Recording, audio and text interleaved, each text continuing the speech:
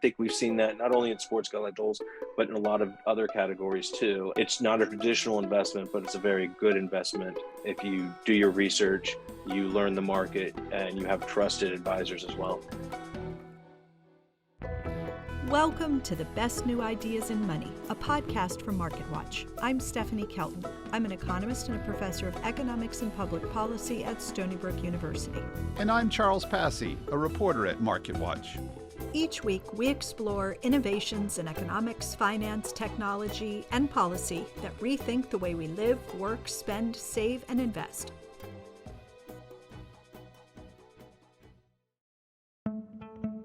Today, we're going back to 1967. LBJ was president, Aretha Franklin released Respect, and you're about to hear the sound of Mickey Mantle, one of baseball's all-time greats, hitting his 500th home run. Here's the payoff pitch. This is it! There it goes! It's out of here! All right, that was 1967, more than 50 years ago. Charles, why are we talking about this today? So here's the deal. Mantle is not only one of the biggest names in baseball, one of my father's favorite players, by the way, he's also one of the biggest names in baseball cards. So last year in August, a 1952 Mickey Mantle baseball card became the most expensive piece of sports memorabilia to be sold at auction. How much did it go for? $12.6 million for a baseball card. Yikes. I have a few baseball cards, and in fact, I have a signed baseball card from my favorite player. His name was Willie McGee, played for the St. Louis Cardinals. I did look up the price of the card just out of curiosity because I knew we were going to be recording this episode, and it's going for about $11.50. Okay, I have a little different story, Stephanie. So I collected baseball cards very seriously in my youth. We're talking about in the 1970s here. And I could have bought a Babe Ruth card then for about $100. I remember seeing it and thinking, wow, that would be a lot of allowance money. Today, it would be worth thousands, maybe even tens of thousands of dollars. I mean, I could be a gazillionaire if I really went wild back then. I didn't, unfortunately. So it seems like it might be the time for listeners to clean out their closets, attics, or wherever those boxes full of treasure from the distant past might be hiding. Yeah, you're right, Stephanie, because if you're holding on to a set of rare cards in mint condition, you might be sitting on a big pile of money. In the past few years, collectibles, from baseball cards to comic books to a whole lot of other things, have become a really big business. And you don't even have to hold on to a baseball card for decades to cash in. Get this, an original iPhone, sealed in its packaging, recently sold for $63,356 at auction. That's an iPhone. So what's going on here? Why has the price of collectibles soared in recent years? Our first guest is Chris Ivey, Director of Sports Auctions at Heritage Auctions. I think it's a culmination of several different factors happening at the same time. And I think, prior to the pandemic, we were seeing significant growth and more people joining different collectible markets, especially the sports collectibles field, which I focus on. And then the pandemic just seemed to really, add gasoline to that fire and that interest. I think it started just real basic with people that were stuck at home and started getting back into hobbies and interests. And so that was certainly one aspect of it. It wasn't only as a result of being cooped up during the pandemic. For Ivey, the economy plays a role too, and many serious collectors see their collections as real investments. I think a more economic aspect of it was that people could see what was going on economically as a whole, and they could see that inflation was going to be something that we were going to have to deal with in the future. And one way to hedge against inflation is to buy hard assets. And so I think that's certainly what we're dealing in here in collectibles is they are hard assets and they're also alternative assets. And that's another aspect. I think that people felt that a lot of traditional investments, maybe like real estate and Wall Street, they thought that those have been growing for many years and that a lot of them were maxed out. So they started looking for alternative assets. But that's not all. For Ivey, demographics are also important, and collectors tend to acquire items that have an intangible value, namely nostalgia. I think the other factor was age. I think a lot of people that were looking to invest, those people skewed to be in the 40 to 60 age range. And a lot of them were maybe more interested in comic books and sports cards that saw significant booms in the 80s. They may have been anywhere from 10 to 25 years old during that boom and had enjoyed it. That got their feet wet in the market. And so when it came back and they're thinking about alternative assets to invest in, I think that it only makes sense that they lean into the items that are a little bit nostalgic for them and that they enjoyed when they were younger.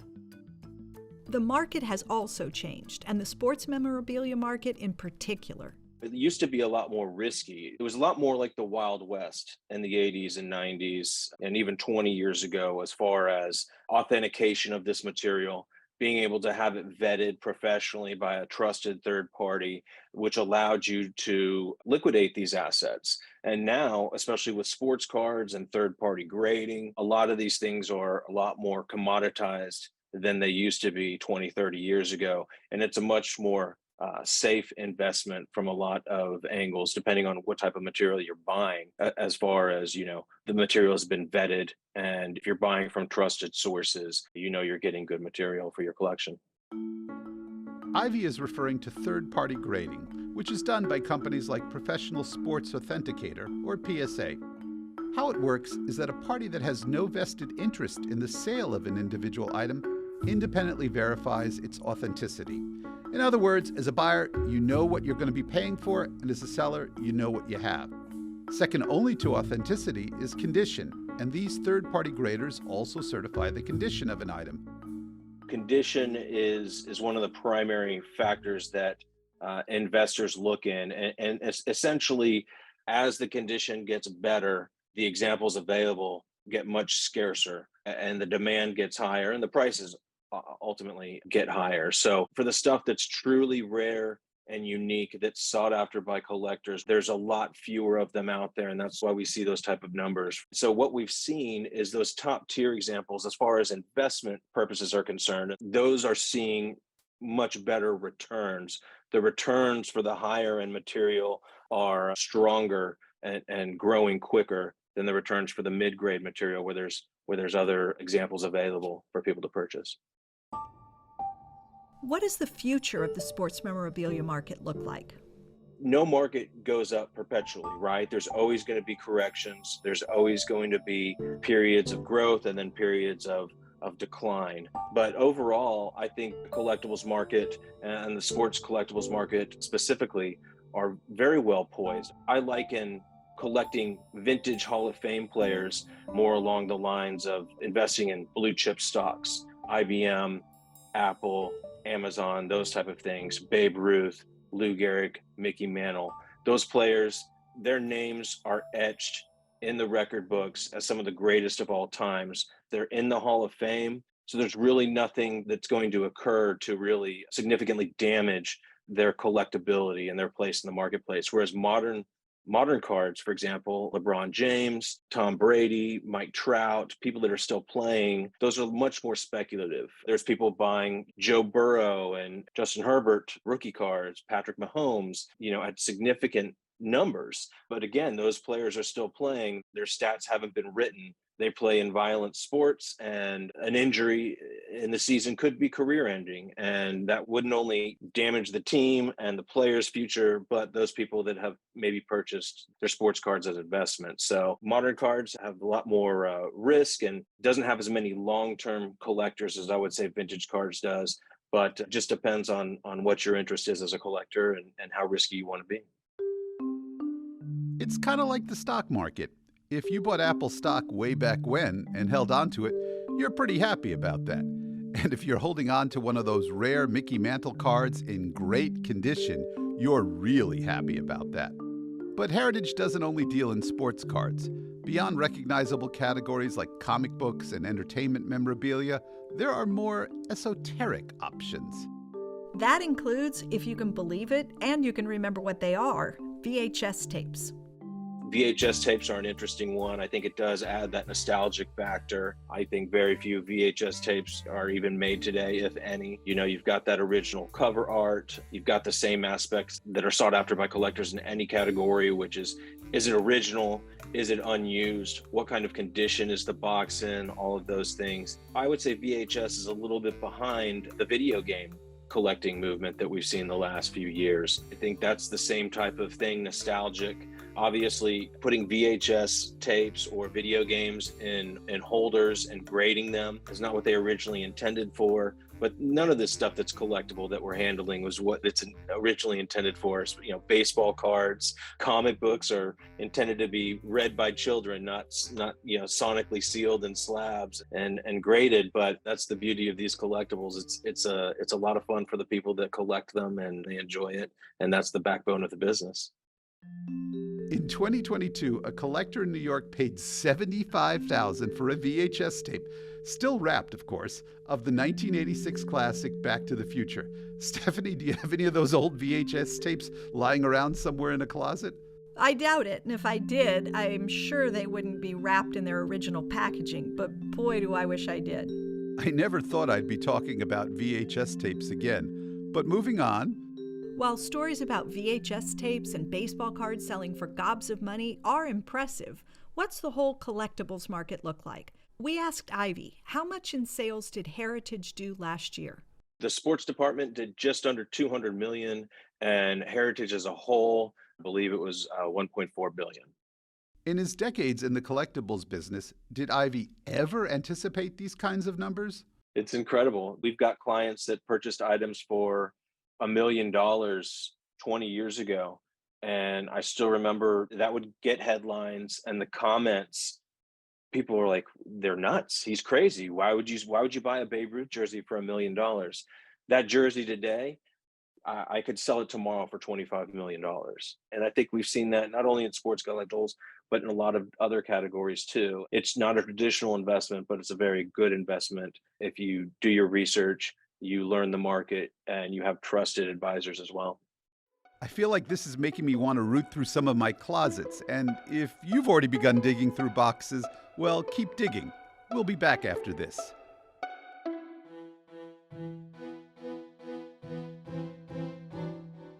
Welcome back to the best new ideas in money. Before the break, we heard about the booming collectibles market, and especially the booming market for sports memorabilia.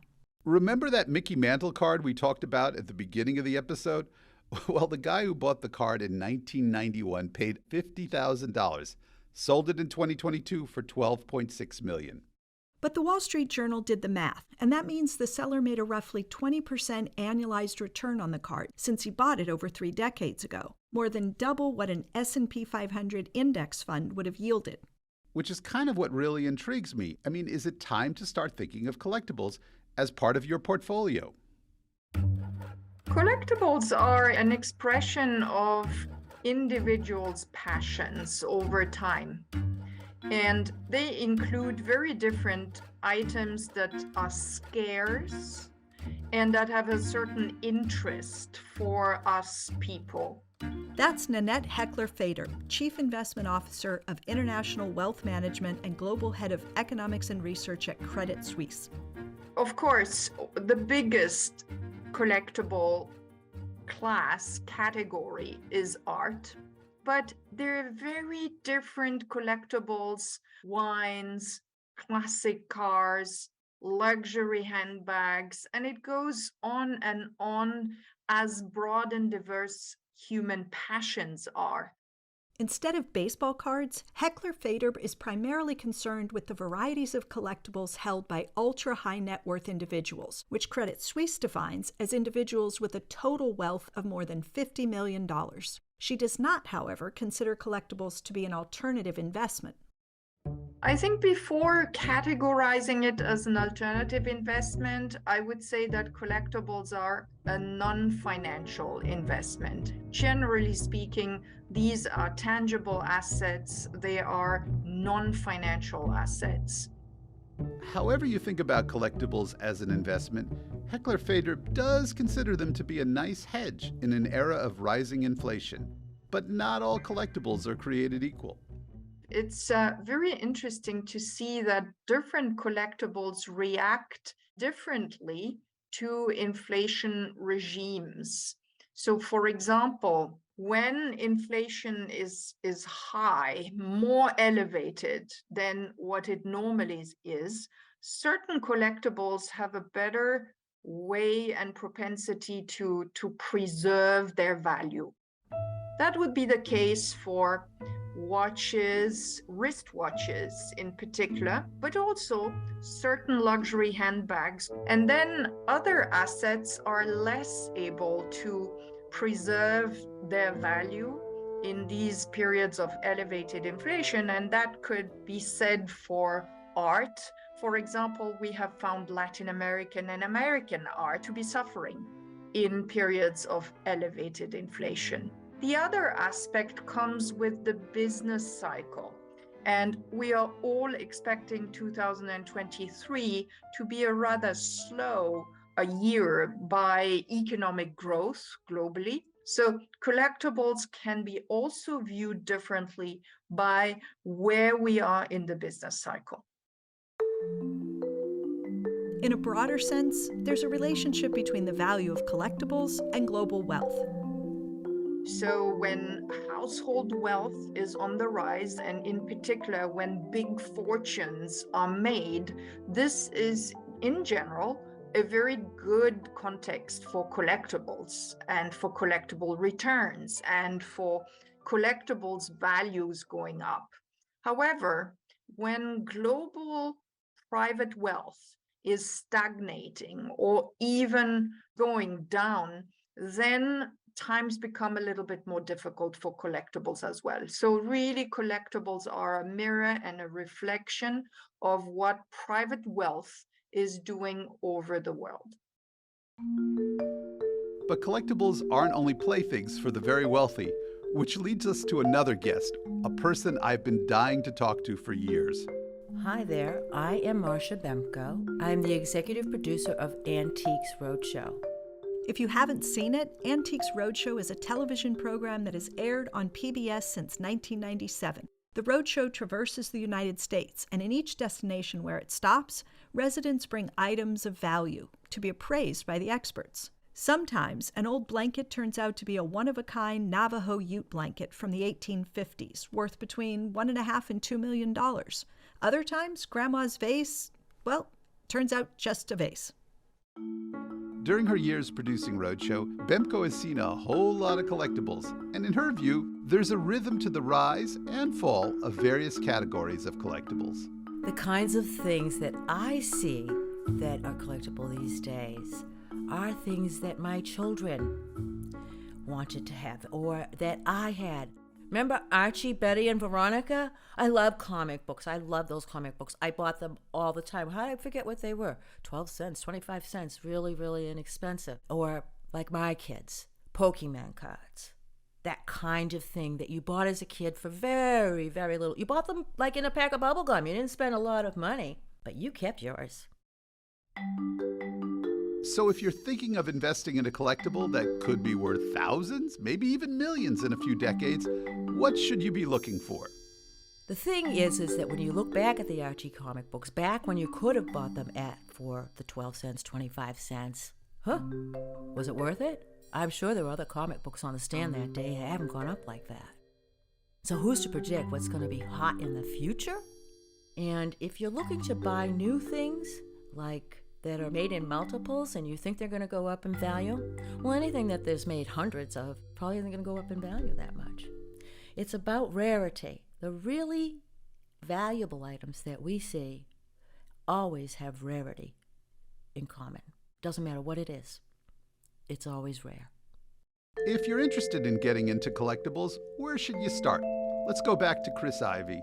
My number one piece of advice is always to collect what you enjoy, what brings you happiness. And it doesn't necessarily have to be big money, but there are aspects of the market that continue to mature and grow.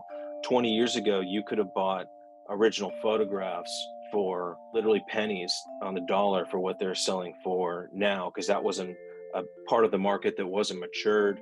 A lot of people didn't understand it. And now we're selling individual photographs, iconic photographs of Ty Cobb, for example. We recently sold the image that was used for his 1915 Cracker Jack card. It was an oversized image. That's a photo that probably would have traded hands for under $1,000 20 years ago. Ty Cobb, also known as the Georgia Peach, is another one of baseball's legends. And that 1915 image Ivy mentioned, Heritage recently sold it for $516,000. It used to just be too difficult for most collectors to understand what was authentic, what was legitimate. But once there's parameters created and a trusted marketplace for those items, and people understand how many of those items are legitimately out there, it allows people to start being more comfortable with buying those items for their collection and investing in it. And with that comfortability, we see more people joining the market, and ultimately the price is increasing significantly over time. We had one more question for Marcia Bemko, the executive producer of Antiques Roadshow. If there's one part of the United States where she tends to find buried treasure, where is it? I have to be honest with you, I don't know. And if there are any pockets like that, I kind of guess you'd have to ask one of our experts, frankly, to get a better answer. But it's kind of like a fishing hole. I think if they knew about it, they may not tell you, right? I want to keep all that good fish in that fishing hole for myself. Thanks for listening to the best new ideas in money. You can subscribe to the show wherever you listen to podcasts. If you like what you heard, please leave us a rating or review. And if you have ideas for future episodes, drop us a line at bestnewideasinmoney@marketwatch.com. Thanks to Chris Ivy, Nanette Hechler-Fayd'herbe, and Marcia Bemko. To learn more about collectibles, head to marketwatch.com. I'm Stephanie Kelton. And I'm Charles Passy. The Best New Ideas in Money is a podcast from MarketWatch. The producers are Michael McDowell, Meta Lutzhoff, and Katie Ferguson. Michael McDowell mixed this episode. Melissa Haggerty is the executive producer. Tim Roston was our newsroom editor on this episode. The Best New Ideas in Money theme was composed by Sam Retzer. Stephanie Kelton is an economist and a professor of economics and public policy at Stony Brook University and not part of the MarketWatch newsroom. We'll be back next week with another new idea.